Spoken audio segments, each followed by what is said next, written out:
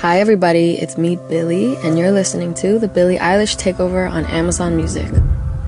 I'll be telling you a little bit about my songs and take you into my creative process a little bit and share some stories with you. Thank you for listening.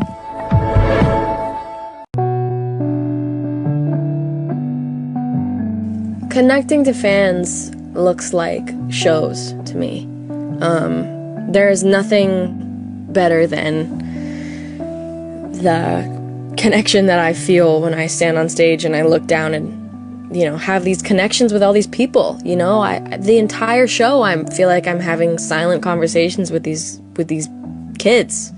And I don't know, I feel close to them, I feel friendly with them. I don't know, I sometimes forget that I'm not their friend because I feel that they're my friend.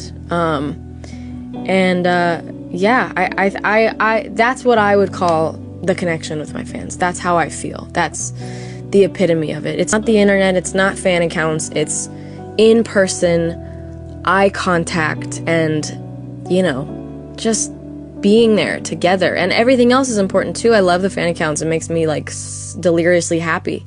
But in person, when I get to look at you and be with you and maybe hug you or something, it's like there's nothing like that.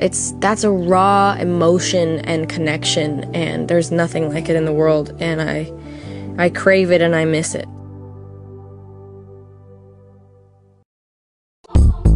Hey, this is Billie Eilish, and you're listening to the Billie Eilish Takeover on Amazon Music.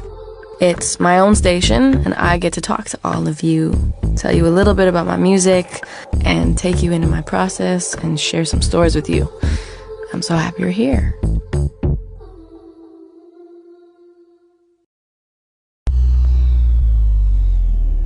Post-show Billie is depending on if I feel that I was good or not. That's really how my mood lands.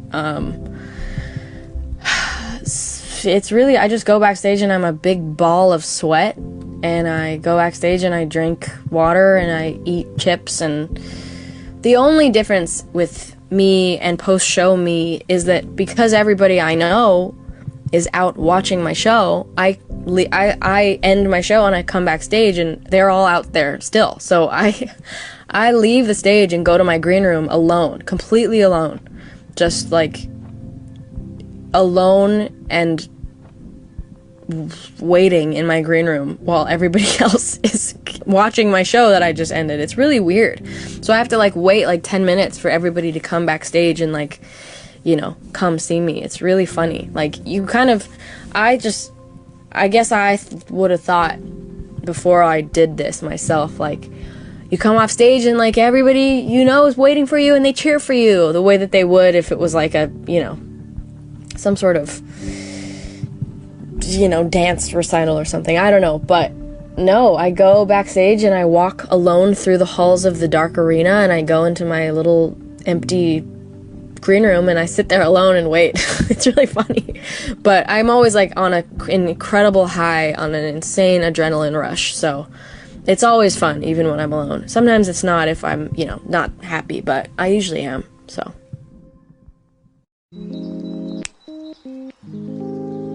I love Party Next Door, and I love this album, and it came out right at the beginning of quarantine, and I was working out every morning on my Pilates reformer, laying on my floor, and I would listen to this album the whole time, and so it just reminds me of that.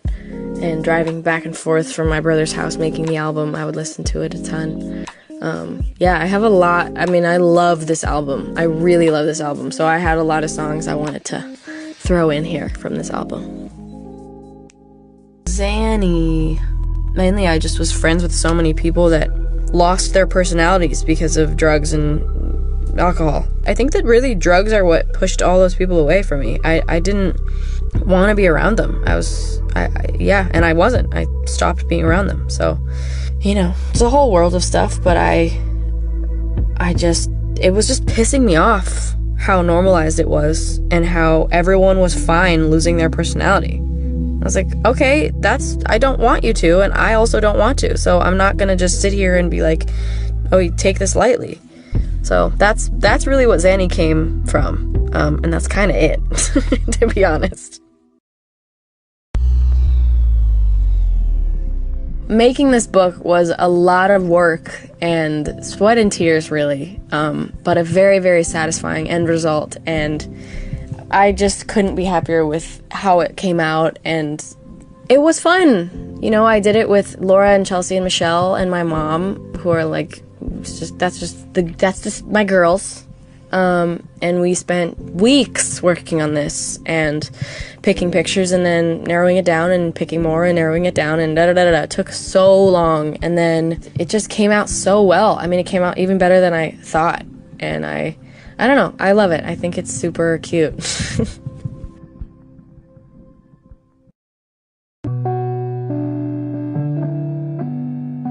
When the Party's Over was a song that Phineas had written, and it's weird. That one, I didn't relate to it in my life at the time, but I thought it was so beautiful. And then, like, when it actually came out, I did relate to it. And it's weird how that happens. So, yeah, I think it's really nice to just the aging of the way that art ages, you know? It's just, it just, I love it. I think we should all welcome art aging into different things for us. My inspiration has really just been whatever I feel. I haven't been following a rule book on, you know, what I'm gonna wear and look like and say and do and what era is this. Like, I have to make sure it fits in the era. I really haven't been doing that. I've really been just trying to self-diagnose how I'm feeling and think about what I really want to be doing and just go from there. What do I want and what do I feel right now? And it doesn't matter what I think I should want or what I, you know, think somebody else would think I would want. It just matters what I actually want, and that's how I determine what I do, really. That's the way you should always do it, I think.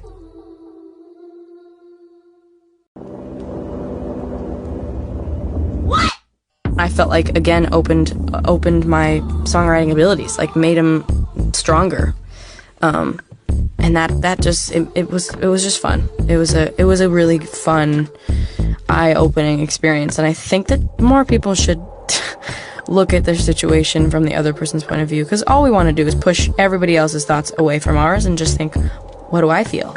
But sometimes we should think about what other people might be feeling. I know it's a crazy idea, but we should. Okay, Lost Cause, baby. Phineas and I were almost done with the album, and we had like three spaces left, or two, I don't even remember. And we kind of had just made a deadline, and so we were kind of like anxious. Like, this was honestly, in making this album, it was the only time in the entire process that we actually were stressed about finishing it, because up until that point we didn't have any deadlines, we didn't have any plans at all. We were just making songs, and we made a bunch of them, and so we had set goals for ourselves. We knew we wanted 16 tracks, we knew we wanted it to come out in this certain region, we knew when we wanted it to be done, we knew blah blah blah blah blah, and we were like kind of stuck. And I remember telling Laura, I was like, oh, we're not writing, like, we're not really inspired, and, like, I'm really worried we're not gonna get anything done. And literally the next day, we wrote an entire song, and then the next day we wrote an entire song, and then the next day we wrote an entire song. And I think that Lost Cause was, like, right in between them. And so we had sent this song we had made, and then we just wrote Lost Cause and sent it right away, and then sent another one. And so nobody really got a chance to, like, kind of digest it. And I didn't even really either. We made it, we were like, oh, this is cool, let's send it. And over time, the more I played it, we would talk about how, like, we feel like we hadn't really listened to it that much, because it was right in the in-between period of, like, finishing the album and finishing this song, and it was a complete new song that we made from scratch, and the other ones were, like, knew them better, whatever. Anyway, I just mean that it really grew on us, and, like, the more I listened to it, the more I fell in love with it, and it just makes me feel like a bad bitch. I don't know. I love it so much. I think it's it's just such a slap in the face, I feel like. And I love a slap in the face song. So yeah, this is Lost Cause. This is a favorite of mine, currently probably one of my favorites off the album right in this moment, even though the whole album is my favorite. I love it. I'm so proud and happy with it. So enjoy. I don't know how it's gonna feel to release this album. I would say that every time I put anything out, it doesn't feel real. Like, it doesn't actually feel like it's being put out, and it's kind of like having a birthday, you know? People are like, how does it feel to turn 20? And you're like, it feels the same as yesterday. Like, it doesn't actually feel different. It's just scary, you know? And it's weird, because you think it should feel like something, but for me, I really don't feel it. I mean, it's nerve-wracking, and it's like anxiety inducing, but it also feels not real somehow. So I hope that I'm just not stressed, and I hope that I'm just laughing somewhere and enjoying my life and having a good time and not worried about it, because as soon as it's coming out, I have no control anymore, and that's a scary thing. So I'm just gonna not be worried about it, and I'm just gonna let it have whatever life it has. Ferrari is one of my favorites, and that song, I have like a whole thing about Ferrari, which is that I should not listen to that song too much, because it puts me in a very dangerous mood. Like, it makes me want to go do bad shit. Like, I want to go ruin somebody's life to that song. So I have to be careful what mood I'm in when I listen to that song.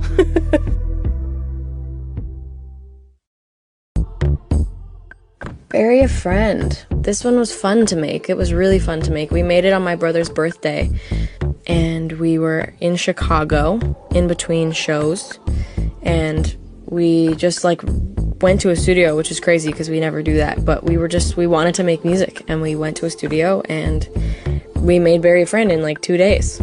And it was amazing.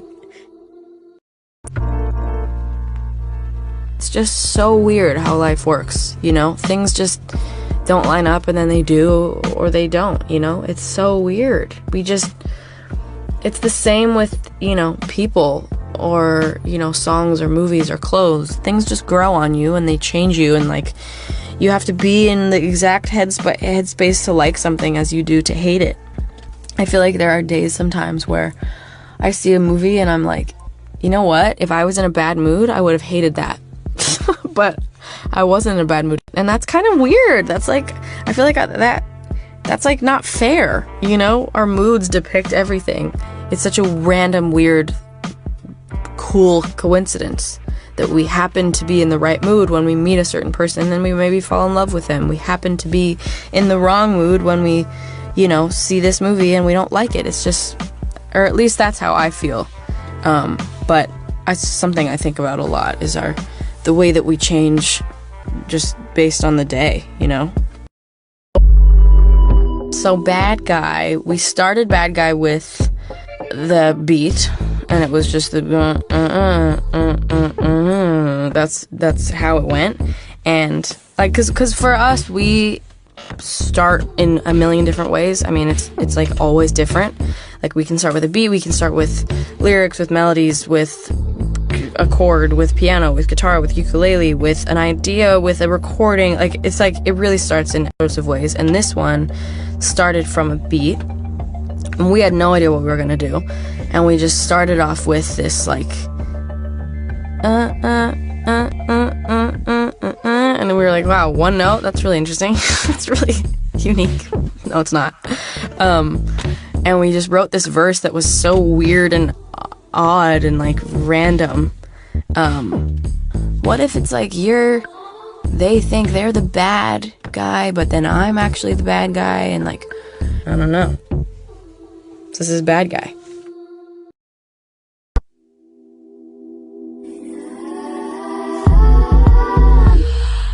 Eight is a cute one.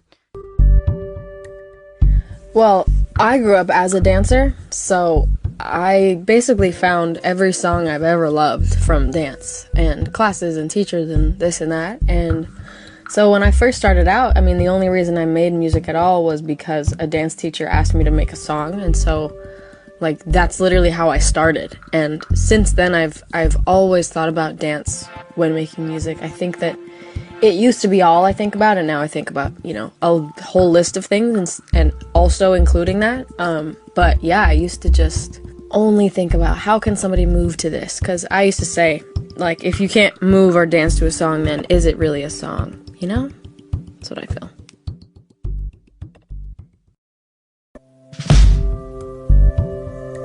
It's kind of a metaphor for climate change and, like, the devil. I don't know. It's like there's a lot of metaphors in there, but it's mainly about just the ignorance, I think, of climate change and the I don't know. It's kind of hard to explain, but if you listen to it, I think you can hear those little kind of metaphors for climate change and for weird shit. I don't know. There's a lot. It's like hard to explain that one.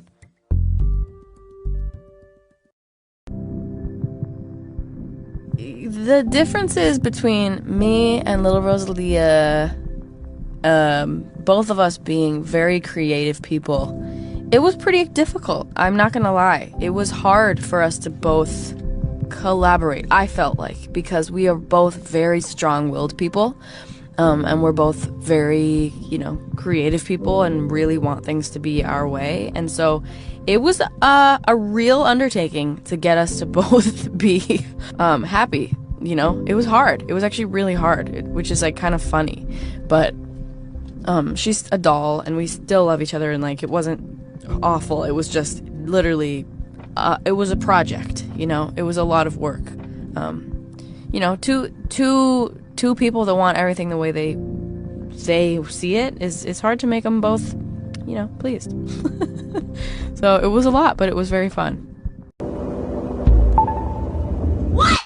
And burn. So I'm not gonna tell the whole truth about this one because everyone will be mad at me. But basically, when we made Watch, one of the songs of mine, I will not comment about how I felt about Watch, but I liked the lyrics of Watch, so I just wanted to make my own version. So I went into my room and recorded my own version of the song, made my own beat.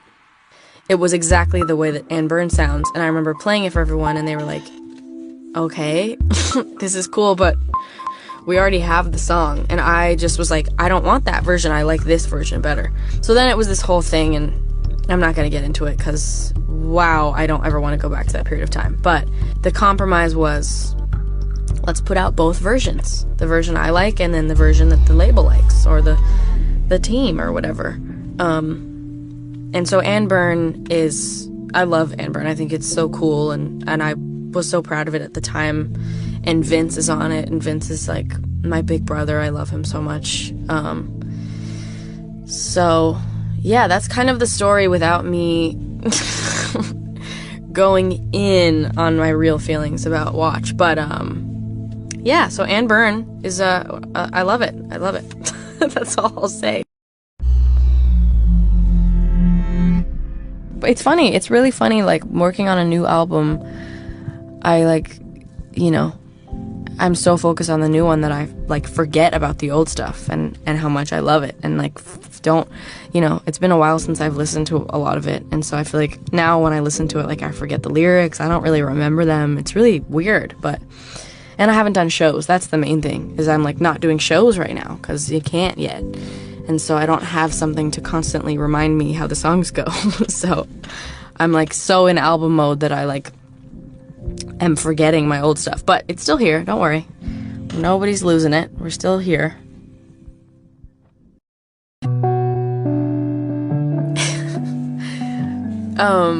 Working through, you know, not being on the same page with my brother, it's good and bad, you know, because it's good, it's bad because, you know, when you're siblings, it's a really vicious argument, you know what I mean? That's a really vicious one. Like, you can't have a light argument with a sibling, I feel like. And when you do have them, they're raw. So that's the downside, but the upside is that again, as siblings, when you have an argument, you come right back immediately.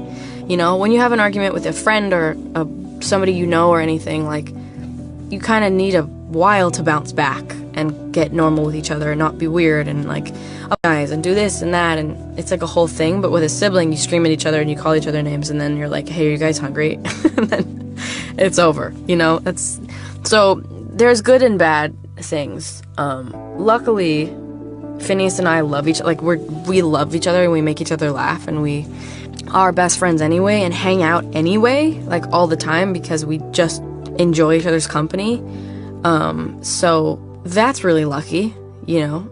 I mean, we wouldn't do this if we didn't like each other, you know what I mean? So, yeah, I think that we just are really lucky in that world, and,